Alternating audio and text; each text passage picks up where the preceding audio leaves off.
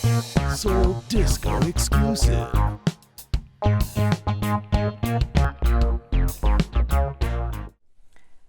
Hello everybody, good evening, at least here it's in Germany it's evening. My name is Nadine, I'm the chief editor of souldisco.de, and usually we're writing about artists and records and doing the interviews with them, but during COVID we kind of switched a little and now doing videos about hidden jewels of soul and disco. Episode 1 just started, and thank you all very, very much for the great feedback. We really appreciate that. Thank you. And today we have a different segment. It's not the second episode of Hidden Jewels of Soul and Disco. Today we talk about common stuff like Vinylmeplease subscription service and reissues or buying new records, and why I personally have a problem with buying new records. I'm not very lucky with that, so we go into that, and I'm very interested if you're having the same problem, so please leave a comment on the bottom if you have to deal with the same issues as I have.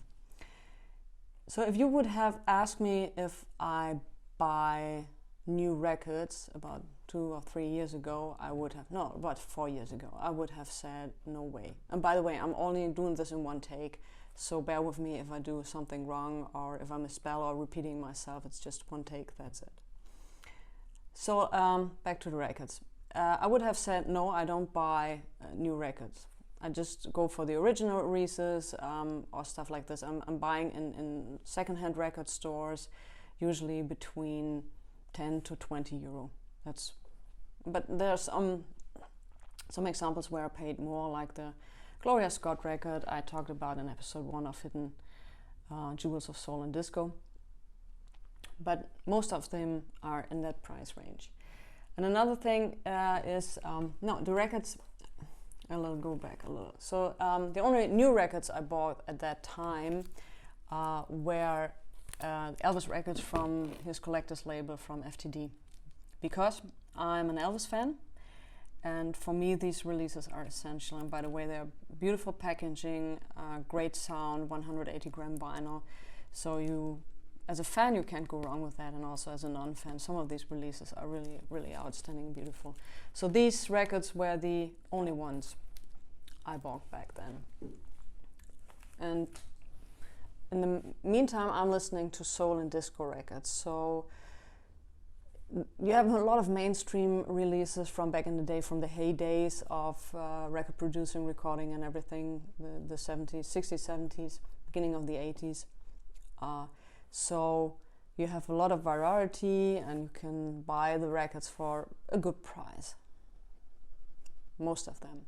If you start to leave the main market, the mainstream market, and go to releases which are just were done 500 units or 1,000 units, the pricing is really, really tremendously high. So for me, personally, if I found a record which I really like, that sounds good and has a good vibe to it, it would be great to have it as an original release. But for example, we have here a record from William Stuckey. This original release, this is the reissue by Anthems of the North. They just released it. The original release is about 1,500 euro. So I thought I'm happy with the 21 euro release of this record. It also includes a bonus track which was not on the official release. That's the hyper sticker. I'll remove that a little so you have a better look on the cover. So I went with that. I got it from hhv.de, 21 euro including shipping. It was the best price I found, and it's really worth it. So it's a pretty good label. Maybe I'm doing a video about this anytime soon. So that's the reason why I started to buy new records, for example. And also this release, this reissue of Barbara Howard's On the Rise is something, it was from Vinylmeplease. We talk about that later, for also $25. So I had to have it.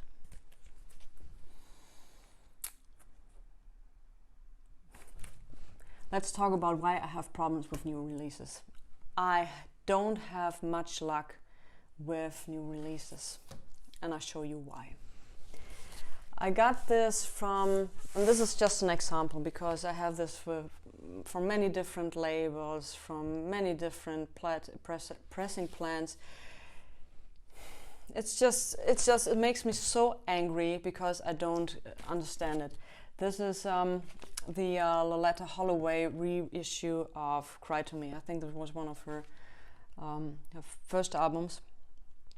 No, I think the first album was by 1973. It was also called Loletta Holloway or Loletta, and this is from 1975, so it must be, I think, her second album.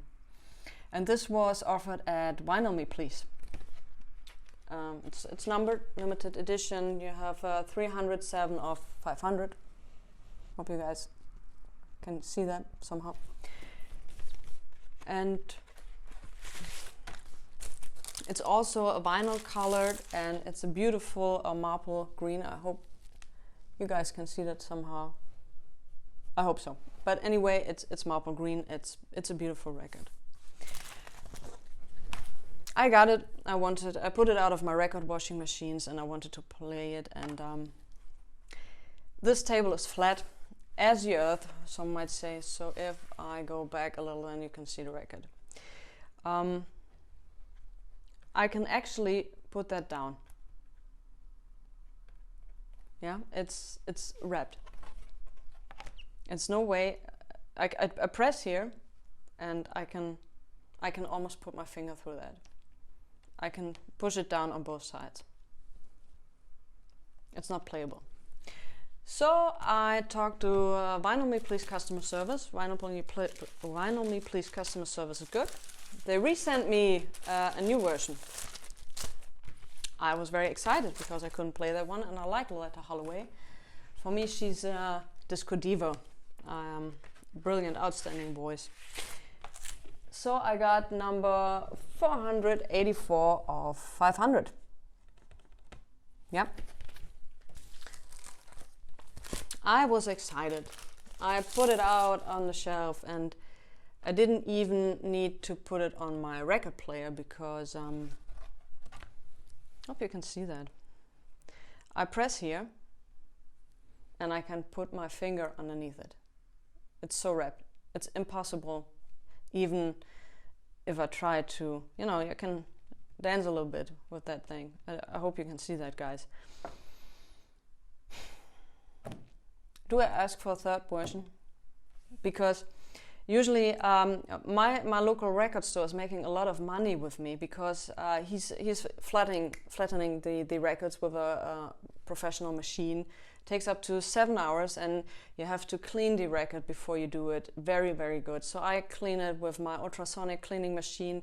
Then he's cleaning the record with a Lucky Craft, and then he's putting the records for 7 hours in a baking process in this machine. Like I said, so many people are doing this at home in their oven with 2 glass plates or something like this.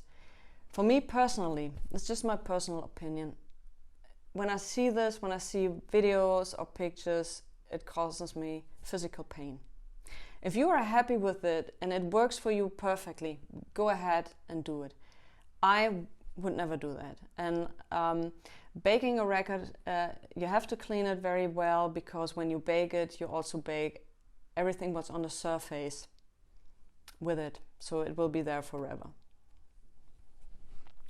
And also, if you read about baking, some of it, or sometimes it has also influence on the sound of the record. So everybody needs to do what they're happy with. If you're happy with baking it in your oven with 2 glass plates, whatever, go ahead with it. I personally wouldn't do it. So I need to pay the record itself for $25 plus €10 for baking that, to make it for me enjoyable to listen.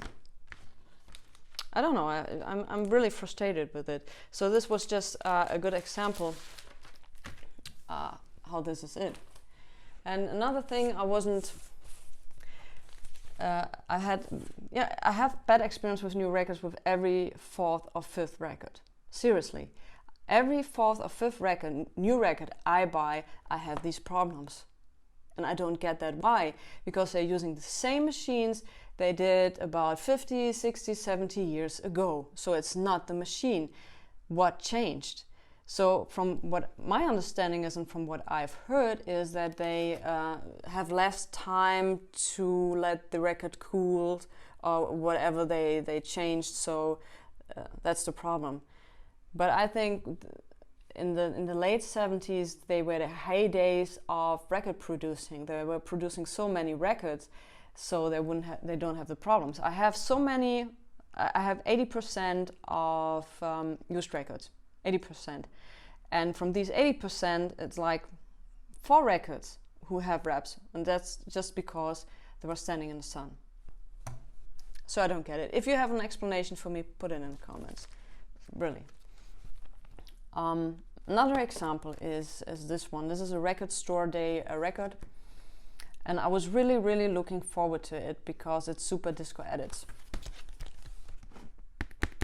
I've heard samples of it and I loved it. I really wanted to have it. It was very difficult to get.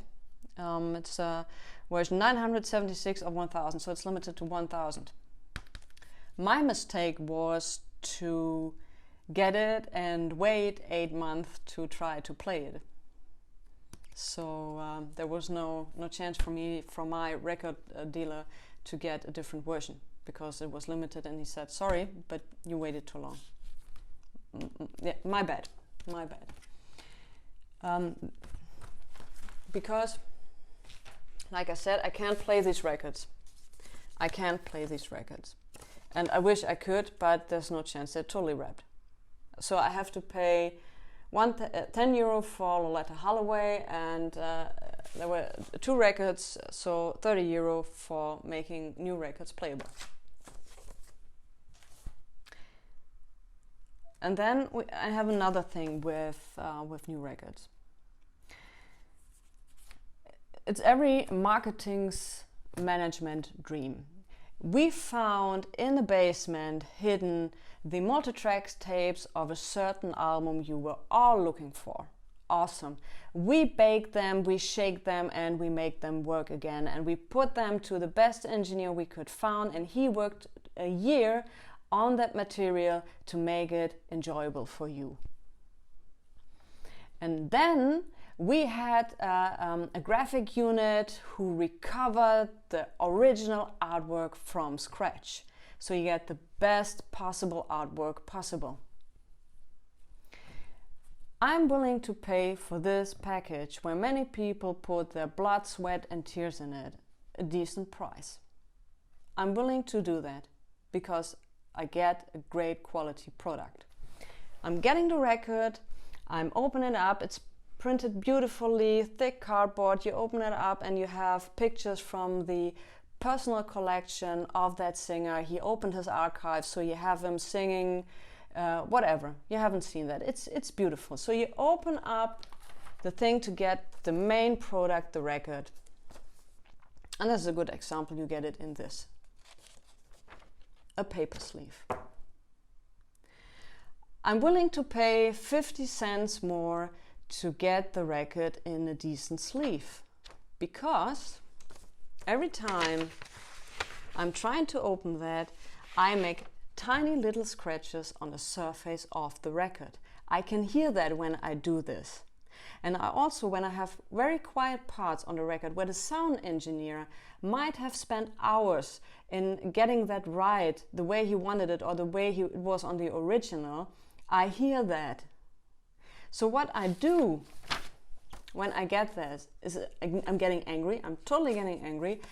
And if you have an inner sleeve where are no pictures on it or liner notes or something, just this plain thing, I cut it open. I had the same thing with a Dusty Springfield record. It was called Faithful, beautiful orange vinyl, same thing.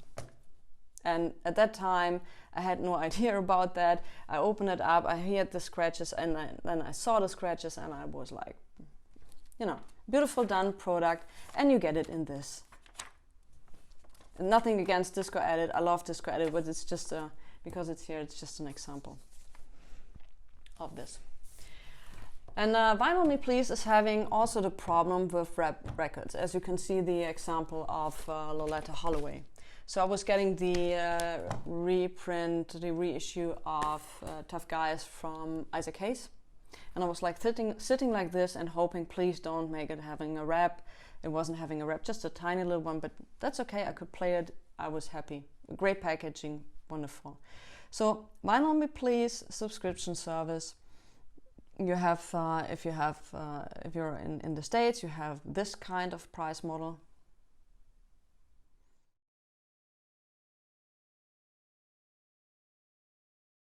If you are like me, internationally, you have this kind of model.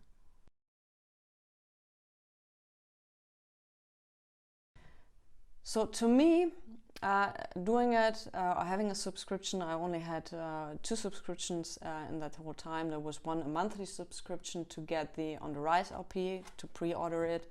And the second one was when they had the Donna Summer reissue of Bad Girls. I knew it would be sold out soon, so I made the membership subscription for 3 months. It was a cheap, better deal, and so I could pre-order it. For me, it's not the best deal. It's not the cheapest deal, however, but it's an okay deal because shipping from the United States to Germany usually costs about $25. So the higher price, I understand that, but it's okay. It's an okay deal, and the product I got so far, with the exception of Loletta Holloway, were top-notch. So it was top-notch quality I got. Would I continue my subscription? No. I think I'm getting a new package this month, and with Leon Ware release, and that's it. I only took it because of the Donna Summer release, which is outstanding. The colored vinyl is a galaxy pink, however it looks like this.